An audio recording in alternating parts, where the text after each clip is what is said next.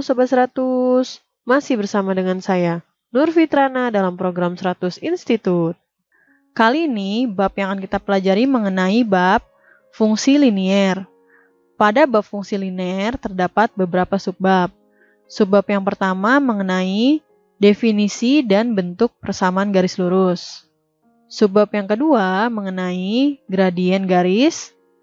Subbab yang ketiga mengenai membuat persamaan garis lurus. Subbab yang keempat mengenai kedudukan garis. Dan subbab yang kelima mengenai penerapan fungsi linier. Di sini akan kita bahas satu persatu. Subbab yang pertama yaitu mengenai definisi dan bentuk PGL. Persamaan garis lurus merupakan suatu persamaan yang grafiknya berupa garis lurus dan dapat dinyatakan ke dalam berbagai bentuk dan variabel. Bentuk persamaan garis lurus pada umumnya dinyatakan dalam bentuk aljabar. Ada dua bentuk umum dari persamaan garis lurus, yaitu bentuk eksplisit dan bentuk implisit.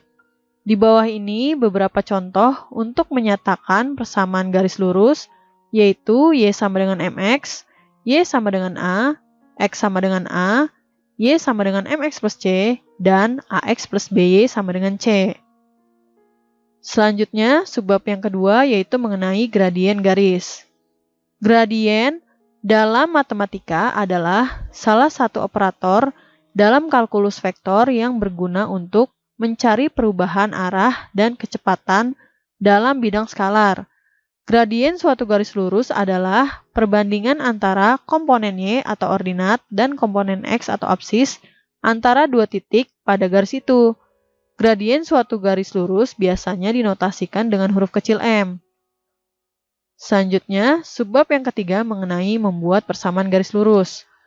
Persamaan umum garis lurus adalah Y sama dengan MX plus C, di mana Y adalah fungsi yang memetakan X, bisa disebut kodomain atau daerah kawan, M adalah gradien garis, X adalah peubah atau variabel, bisa disebut kodomain atau daerah asal, C adalah konstanta, hanya berupa angka.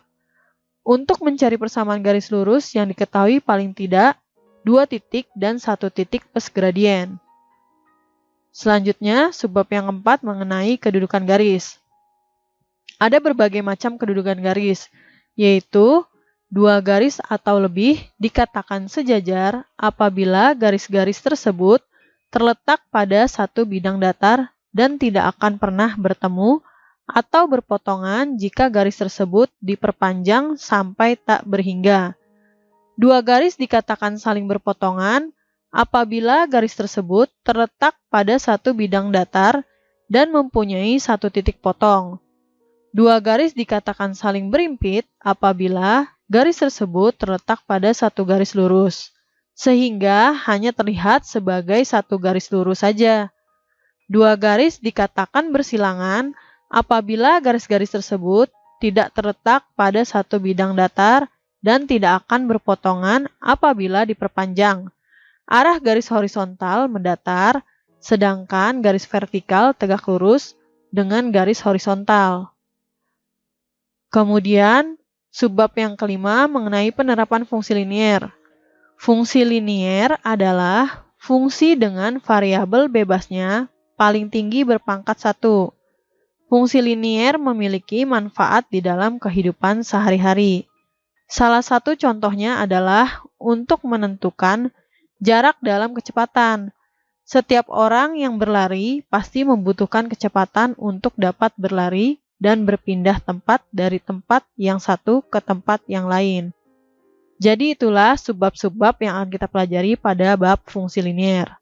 Sampai di sini Sobat 100 sudah paham ya? Jika Sobat 100 sudah paham dengan video penjelasan ini, Sobat 100 bisa lanjut melihat atau mempelajari video penjelasan yang berikutnya. Selamat belajar!